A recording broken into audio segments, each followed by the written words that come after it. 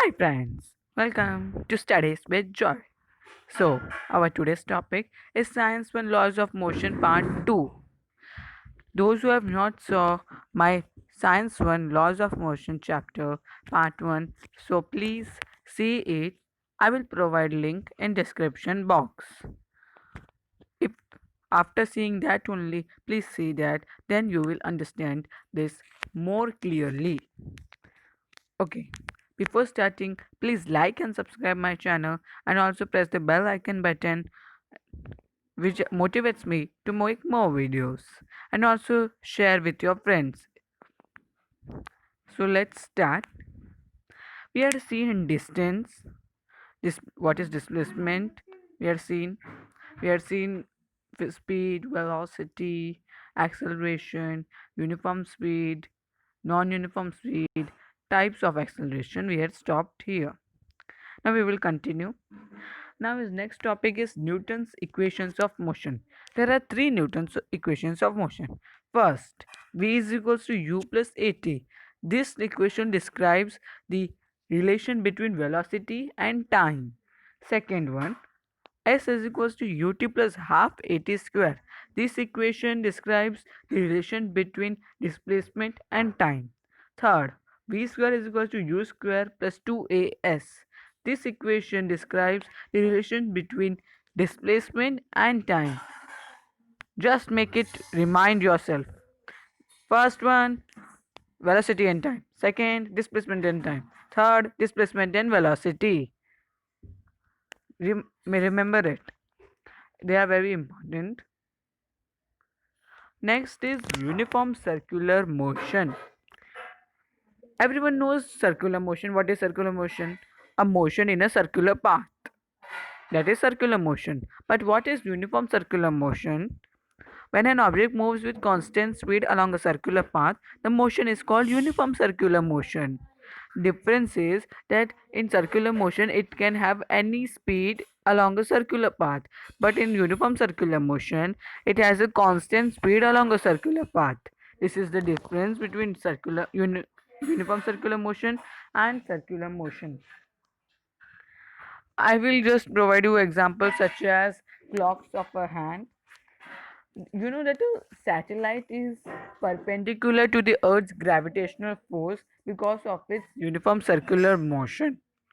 Yes, because it is tangential to the Earth's gravitational force. I have shown that diagram. Next topic is Newton's first law of motion. Very important. What it states that an object continues to remain at rest or in a state of uniform motion along a straight line unless an external unbalanced force acts on it. First, I will explain what is balanced and unbalanced forces. You must have played tug of war so long as the forces applied by both the sides are equal, that is balanced. The center of the rope is static in spite of the applied forces. On the other hand, when the applied forces become unequal, that is unbalanced, a net force gets applied in the direction of the greater force and the center of the rope shifts in that direction. In the game of tug of war, you have observed that when there are balanced forces, there is equal forces. The force is balanced, and when one side applies greater force, and it becomes unbalanced because it becomes unequal. Forces are unbalanced forces. One more example I will give you. Just imagine in a room there is a chair kept. You will go there and you will push it. You will apply force on it. Then only it will move. It will not move on its own. So it needs an unbalanced external force to act on it to move. So we will learn this more like by learning about inertia. Newton's first law of motion is also known as law of inertia. What is inertia? The inability of an object to change its state of motion on its own is called inertia. Newton's first law of motion explains the phenomenon of inertia.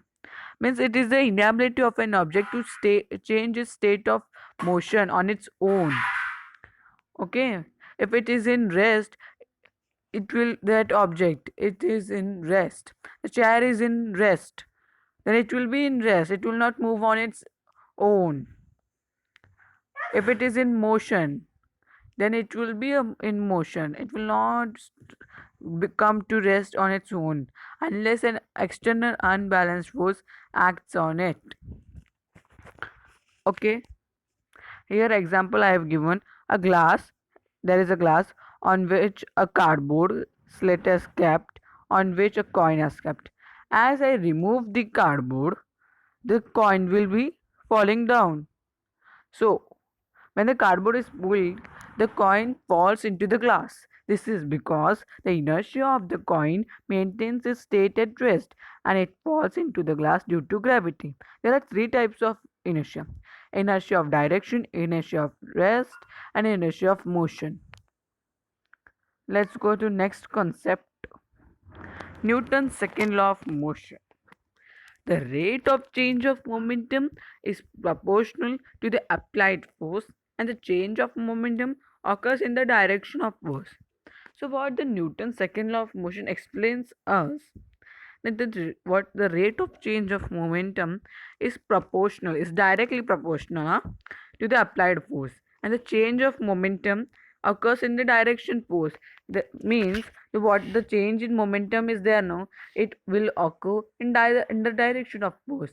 And the rate of change of momentum means upon time will come, rate comes now, then understand it is time. So it's proportional to the applied force. We will first learn in concept about momentum. Momentum is the product of mass and velocity of an object. P is the momentum is denoted by capital P. P is equals to mv, its formula. Its unit in SI system is kg meter per second and in CGS system is gram centimeter per second. This is momentum. I will tell you some more facts. It is a vector quantity because it has magnitude as well as direction. Okay. The force necessary to cause a change in the momentum of an object depends upon the rate of change of momentum. Remember it. So this was the concept of momentum. Momentum, the effect of an object striking another object, depends both on the mass of the former object and its velocity. Just imagine, I am giving you an example. I have a gun.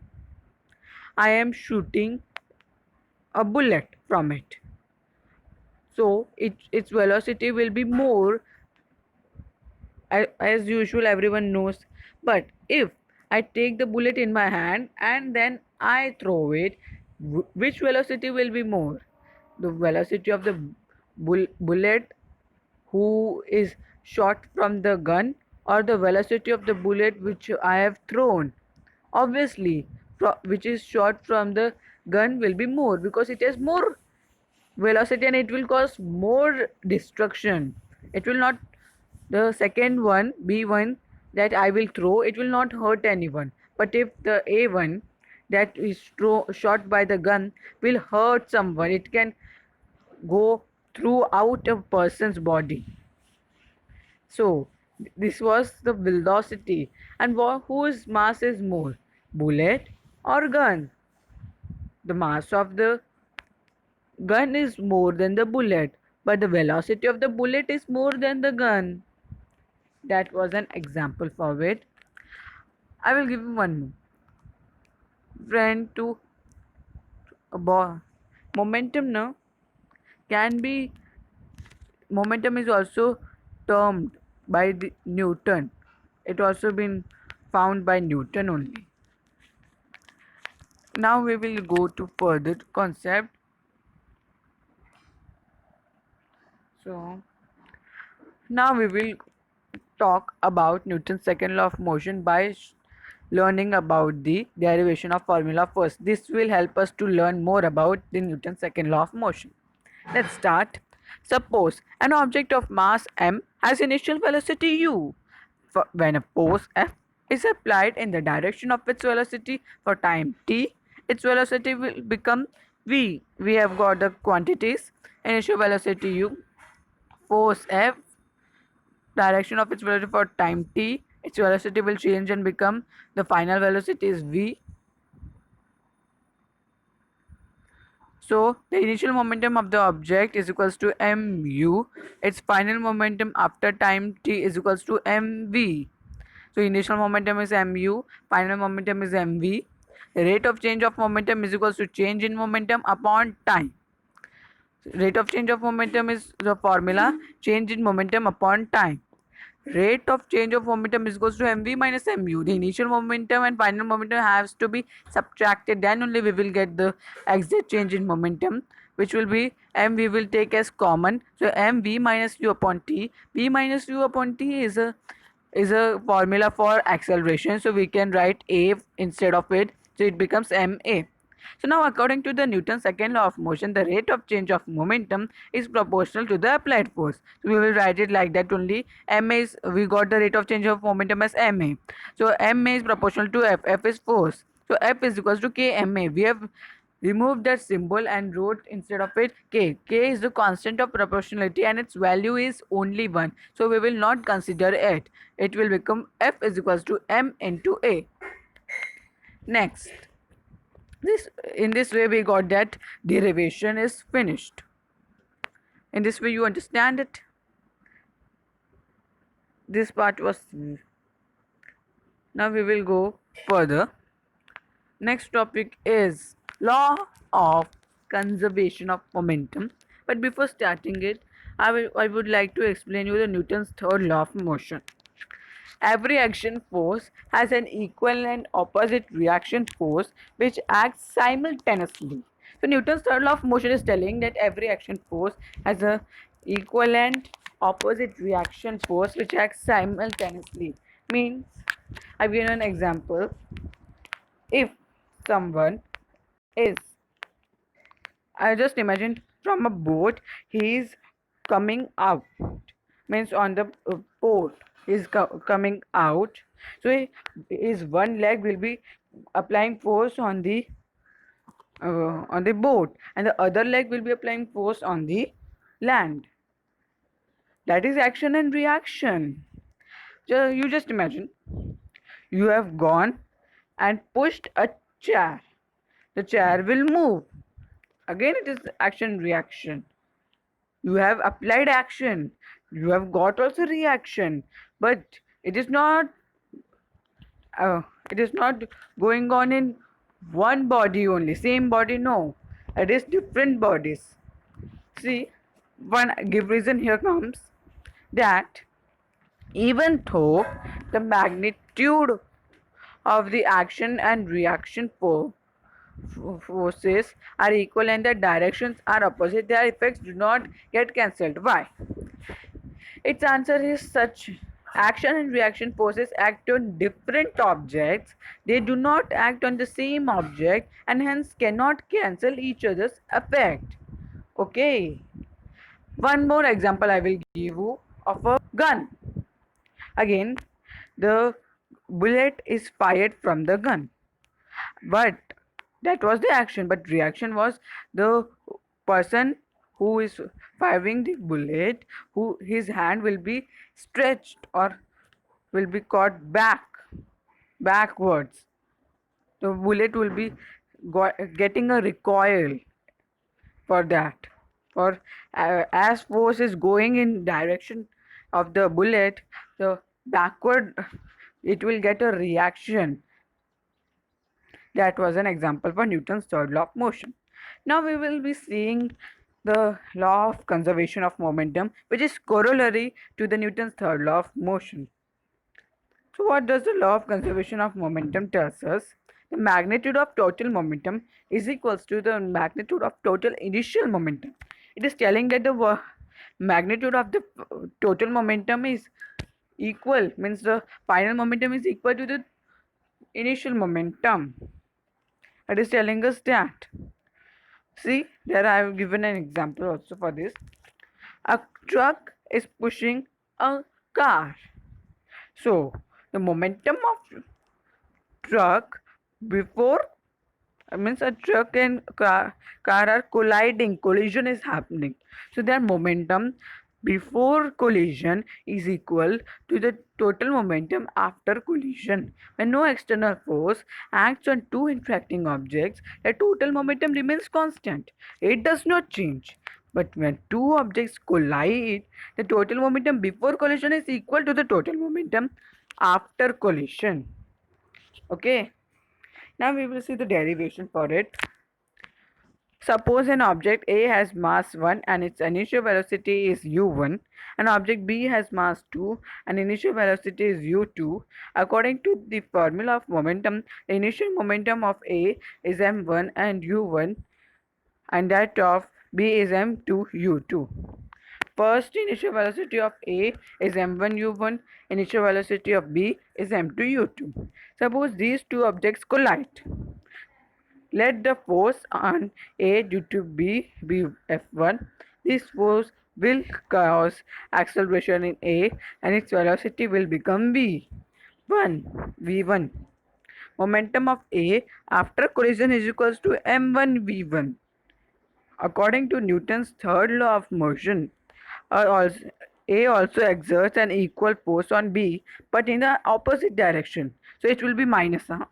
This will cause a change in the momentum of B if its velocity after collision is v2. So the momentum of B after collision equals to m2 v2. If F2 is the force that acts on object B, so F2 is equals to minus F1. Why minus? Because it is in opposite direction. M2A2 is equals to minus M1A1. The formula of F of force is mass into acceleration. So we have just applied it there. M2 into V2 minus U2 upon T. Here the acceleration formula has been applied is equals to minus M1 into V1 minus U1 upon T. Then T is not needed in this derivation, it is not considered, that's why we have removed it, and it is now the m2, the mass is in multiplication with the velocity and initial velocities subtraction. So m2 v2 minus u2 is equals to minus m1 into v1 minus u1. M2 v2 minus m2 u2, we have multiplied m2 by both the terms, is equals to minus m1 v1 plus m2 u1. Why? Here why it become plus inside? Because here minus is there outside. So minus minus it becomes plus. So we have also multiplied here with all the terms m. Now we will take v m m2 v2 and m1 v1 one side, and we will also take m1 u1 and m2 u2 on one side. So m2 v2 is plus and m1 v1 is minus. So we will take minus m1 v1 that side, it will become plus. So it becomes m2 v2 plus m1 v1 is equals to, we will take minus m2 u2 at that side, it will become plus. So m1 u1 plus m2 u2. This was the derivation of law of conservation of momentum. I finished this chapter here only. Thanks for watching.